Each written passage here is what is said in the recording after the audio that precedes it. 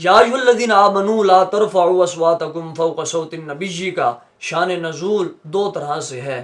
ایک شان نزول یہ ہے کہ حضور کے سچے غلام ثابت بن قیس نامی تھے جو بہرے تھے، اونچا سنتے تھے، اور آپ کو پتہ ہے کہ جو شخص بہرا ہو، اونچا سنتا ہو، تو وہ بات بھی اونچی ہی الفاظ میں کرتا ہے، اس کی آواز بھی بلند ہوتی ہے۔ یہ حضور کے صحابی تھے، حضور کی بارگاہ میں جب بھی کوئی مسئلہ پوچھتے، کوئی بات کرتے تو اونچی آواز میں کیا کرتے تھے، معمول تھا کیونکہ یہ بہرے تھے۔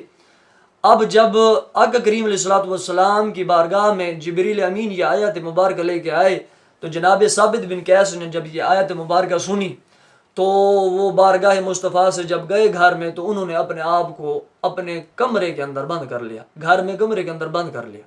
کچھ دن وہ حضور کی بارگاہ میں مجلس مبارکہ میں نہ تشریف لائے۔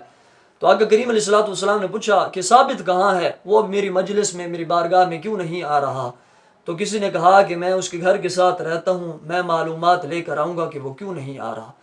وہ شخص، وہ صحابی ثابت بن قیس کے گھر میں گیا اور جا کے دیکھا کہ ثابت بن قیس نے اپنے آپ کو کمرے کے اندر بند کر رکھا ہے۔ ثابت بن قیس زارو قطار رو رہے ہیں اور کمرے کے اندر خود کو بند کر رکھا ہے۔ اس صحابی نے جا کر حضور کا پیغام دیا کہ حضور تمہیں بلا رہے ہیں، تم کیوں نہیں آتے بارگاہ میں؟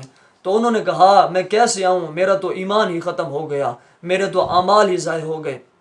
وجہ کیا ہے؟ جب وجہ بتائی تو انہوں نے کہا یہ آیت یا ایھا الذین آمنوا لا ترفعوا اصواتکم فوق صوت النبی، مجھے معلوم ہوتا ہے کہ یہ آیت میرے متعلق نازل ہوئی ہے، اس لیے میں زارو قطار رو بھی رہا ہوں، میں نے اپنے آپ کو کمرے کے اندر بند بھی کر لیا ہے کیونکہ یہ آیت میرے لیے نازل ہوئی ہے۔